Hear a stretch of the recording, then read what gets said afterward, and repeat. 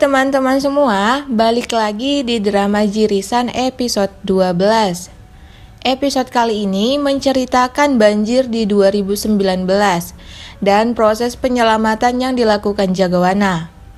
Sebelum banjir terjadi, memang sudah ada tanda yang terlihat, yaitu kabut awan yang menyelimuti punggung gunung. Setelah dicek, durasi hujan juga sudah meningkat. Kapten langsung membunyikan alarm tanda banjir. Awalnya, semua pendaki bingung dengan alarm ini karena tidak biasanya dibunyikan.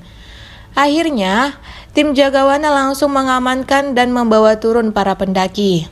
Tak hanya banjir yang terjadi, tebing di pinggir jalan juga longsor guys. Yigang langsung mengamankan para pengemudi yang melintas. Situasi ini benar-benar membuat semua orang panik. Malamnya, Kapten membagi kelompok untuk Jagawana. Yigang dan Hyunjo bagian ke lembah Mujin untuk menyelamatkan Pak Kepala dan Geuntak yang tertinggal akibat longsor. Saat di perjalanan, Hyunjo menceritakan kecurigaannya pada kejadian banjir 95. Menurut dia, itu bukan hanya sekedar banjir biasa, tapi ada campur tangan pembunuh yang menjebak para korban saat itu. Tapi Yigang tidak percaya guys. Di samping itu, Pak Kepala sedang membantu Geuntak berjalan. Pak Kepala kembali memarahi Geuntak atas desa lembah yang hilang. Menurutnya semua ini karena rencana kereta gantung Geuntak. Tapi Geuntak berani bersumpah kalau bukan dia yang membuat bangkai itu. Jadi siapa ya guys pelakunya? Semua orang yang dicurigai sebelumnya malah nggak bisa dibuktikan. Terus Geuntak pingsan karena lukanya makin parah. Nah, di saat yang sama datanglah Yigang dan Hyunjo. Wanita pencari lotre ini akhirnya berhasil menemukan kertas lotrenya. Saking senangnya, dia teriak sendiri. Setelah itu, ada seorang bapak-bapak yang mendatanginya. Wanita lotre ini lari ketakutan. Senyum Bapak Kribo ini mencurigakan gitu guys. Hyunjo juga teringat dengan sarung tangan yang dia lihat, karena persis seperti sarung tangan yang dipakai Pak Kribo ini. Kali ini Pak Kribo lah yang jadi suspeknya. Hyunjo membawa Geuntak dan Pak Kepala turun, sedangkan Yigang akan menemani Pak Kribo karena kondisinya tidak memungkinkan untuk turun.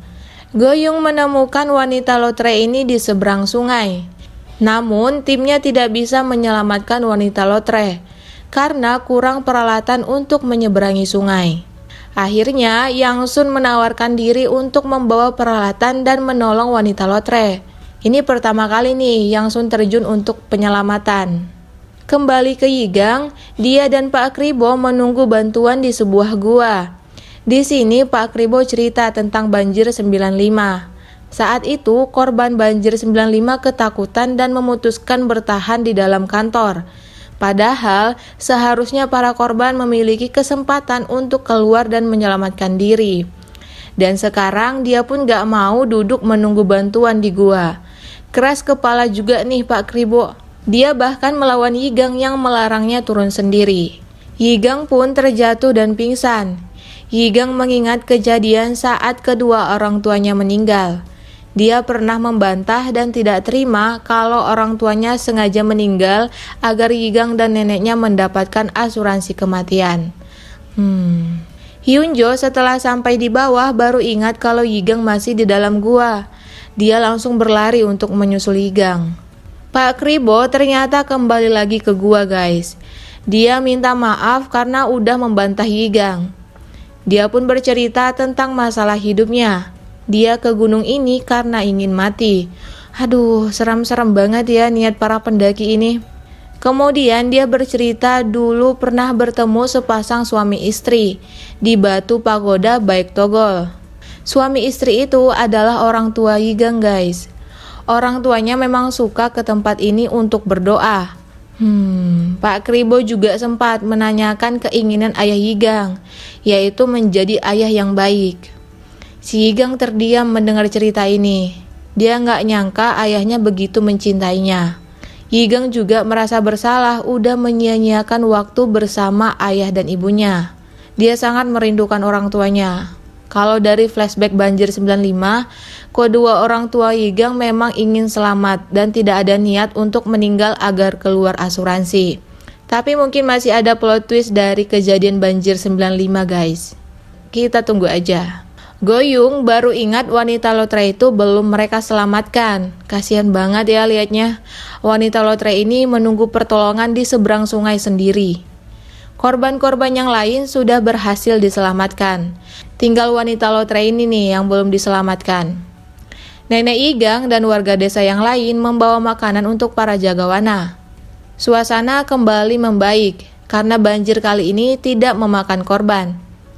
Terus Hyunjo diam-diam menanyakan banjir 95 ke Pak Kribo.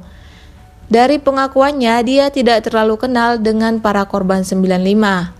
Yang dia pikirkan saat itu hanya ingin menyelamatkan diri.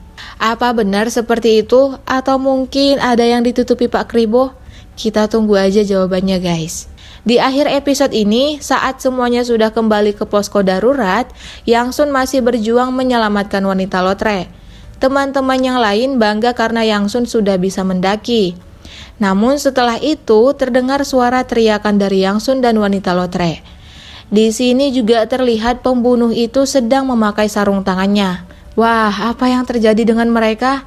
Siapa sebenarnya pembunuh ini? Kita akan saksikan di episode 13. Thank you for watching and see you on next video. Bye-bye.